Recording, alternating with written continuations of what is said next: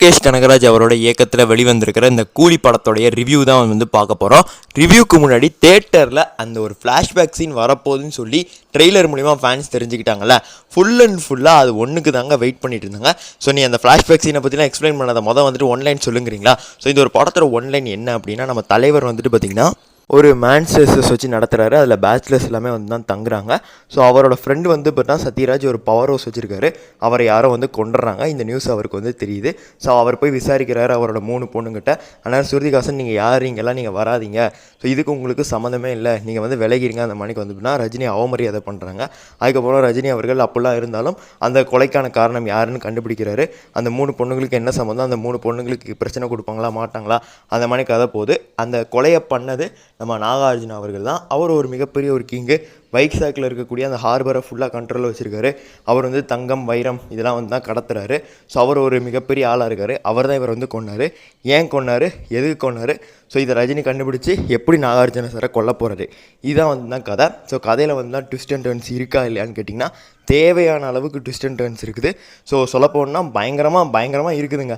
So அதை பற்றி நான் வந்து சொல்ல விரும்பலை. ஸோ இந்த ஒரு படத்தில் ஃபஸ்ட்டு வந்து தான் ரஜினி அவர்கள் செம்மையாக ஸ்கோர் பண்ணியிருக்காரு. 75 வயசுக்கு ஏற்ற மாதிரிக்கான ஒரு கேரக்டர் பண்ணியிருக்காரு.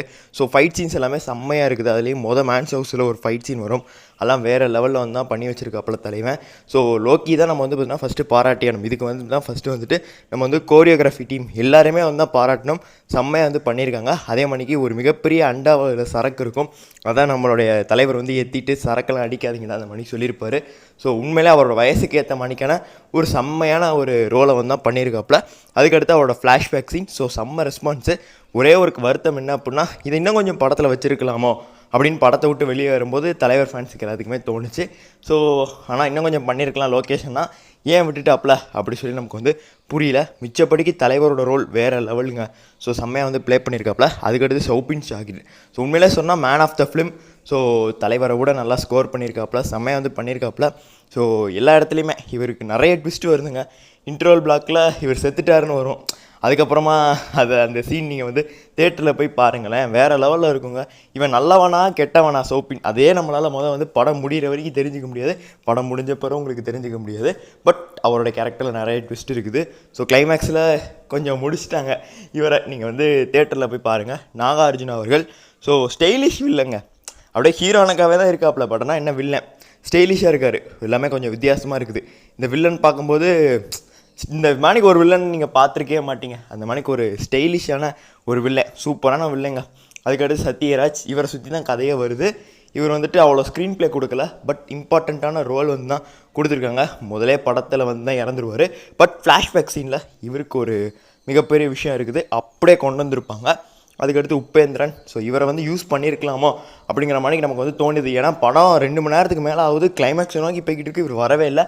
பட் சரியான நேரத்தில் வந்தாலும் என்ன சீனில் வந்தாலும் அந்த சீன் மாஸ் ஆயிடுச்சு. ஸோ வந்த வேலையை முடிச்சுட்டு கிளம்பிட்டாப்புல. அதுக்கடுத்து அமீர் கான் இந்த ஒரு படத்துக்கு தேவையே இல்லை. ஸோ செகண்ட் பார்ட்டுக்கான லீடு கொடுக்கறது தான் இந்த மனுஷனை உள்ளே கூட்டு வந்திருக்காங்க. செகண்ட் பார்ட்டில் வேறு லெவல் சம்பவம் இருக்குது. செகண்ட் பார்ட்டில் 1500 கோடி ஏம் பண்ணுறாப்புல லோகேஷ். அந்த ஒரு இதுதான் எனக்கு வந்து தெரிஞ்சு. மிச்சப்படி தேவையே இல்லை. அதெல்லாம் வந்துட்டு ஹேட்டர்ஸோட ரிவ்யூஸ்லாம் நீங்கள் வந்து தான் கேட்காதீங்க. ஸோ தேவை தான், செகண்டு பார்ட்டுக்காக வேண்டி கொண்டு வந்ததில் தப்பே இல்லை அப்படின்னு வந்து சொல்லணும். அதுக்கடுத்து ஸ்ருதிஹாசன் அவர்கள் அவங்களோட ரோலை பக்காவாக வந்து தான் பண்ணிட்டாங்க. ஸோ நல்ல ரோல் தான். ரஜினி அவர்களை எதிர்க்கிற மாதிரிலாம் இருக்குது. ஒரு கமலஹாசன் பொண்ணாக எப்படி நடித்தாங்கன்னு தெரில, but she did her role well. So கிளாமரஸாக நடிக்கிற நடிகை இந்த மாணிக்கெலாம் படம் பண்ணுவாங்க அப்படிங்கிறது நமக்கு ஆச்சரியமாக இருக்குது. அதுக்கடுத்து நம்மளுடைய அனிருத் படத்தோடைய நாயகன், உண்மையான கதாநாயகன். படத்தை செம்மையாக வந்து சிறப்பாக வந்து பண்ணியிருக்காப்புல. ஃபஸ்ட் ஆஃப் அதாவது டீசெண்டாக இருந்தது, செகண்ட் ஹாஃபை தூக்கி நிறுத்தியிருக்காப்புல. படத்தோட வெற்றிக்கு முக்கியமான காரணம் இவர். அதுக்கடுத்து அன்பறிவு ஸோ உண்மையிலே செம்மையாக பண்ணியிருக்காப்புல. ஃபைட் சீன்ஸ் எல்லாமே, டான்ஸு ஸோ எல்லாமே பக்காவாக பண்ணியிருக்காப்புல. தலைவரோட வயசுக்கு ஏற்ற மாதிரிக்கு எப்படி நீட்டாக கொடுக்க முடியும், ஸோ ஏன் இவரை எடுக்கிறாங்க அப்படிங்கிறதுக்கு எடுத்துக்காட்டு இந்த ஒரு படமாக வந்து தான் அமைஞ்சிருக்குது. அதுக்கடுத்து படத்தில் நெகட்டிவ், எல்லா படங்களையும் நெகட்டிவ் அப்படிங்கிறது இருக்கும். ஸோ இதில் 16 நிமிஷம் ரஜினி அவர்களே ஸ்க்ரீன்ஸில் காட்டாமல் இருந்தாங்க. ஸோ அது தலைவர் ஃபேன்ஸுக்கு ரொம்ப ஏமாற்றம். ஸோ என்ன கேட்டிங்கன்னா, அந்த 16 நிமிஷத்தை கட் பண்ணிவிட்டு மேன்ஸ் ஹவுஸில் இருந்து டக்குன்னு அந்த கிளைமேக்ஸில் வச்ச சீனை உள்ளே எடுத்துகிட்டு போனீங்கன்னா படம் அப்படியே பிக்கப் ஆகி அங்கேயே எகிரி இருக்கும். இன்னும் கொஞ்சம் சீன்ஸ் வச்சுருக்கலாம் இந்த மணிக்கு வந்து தோணுது. ஸோ கொஞ்சம் கிறிஸ்பாக படம் கொடுக்கலாம்னு சொல்லி லோகேஷ் பிளான் பண்ணலாம். எதுக்கு வந்து 3 மணி நேரம் ஃபோக்கஸ் பண்ணுறேன்னு தெரில. அதுக்கடுத்து அந்த சேர் சீன் வந்துட்டு ஓகே அது வந்துட்டு நல்லா தான் இருக்குது, வித்தியாசமாக பண்ணியிருக்காங்க. பட் கொஞ்சம் இன்னும் லாஜிக்கை வந்து கூட்டியிருக்கலாம். பட் நான் அந்த லாஜிக்கல் மிஸ்டேக்கை நான் நிறையா சொல்லலாம்னு நினச்சேன். வார் 2 படம் பார்த்தபோது இதெல்லாம் என்ன லாஜிக்கல் மிஸ்டேக், இதெல்லாம் ஒன்றுமே கிடையாது அப்படிங்கிற மாதிரி எனக்கு வந்து தோணிருச்சு. அதே மணிக்கு நம்மளுடைய ரஜினிகாந்த் அதே மாதிரி சத்யராஜ் இவங்ககிட்ட நண்பர்கள்ங்கிறாங்க. அப்புறம் ஏன் ஸ்ருதிஹாசன் வந்துட்டு ரஜினி அவர்களை திட்டுறாங்க, என்ன இன்சிடெண்ட் நடந்தது அதை கொஞ்சம் தெளிவாக எக்ஸ்பிளைன் பண்ணியிருக்கலாம். இது மணிக்கு ஒரு சில இடங்களில் நமக்கு வந்து கேள்வி அப்படிங்கிறது வருது.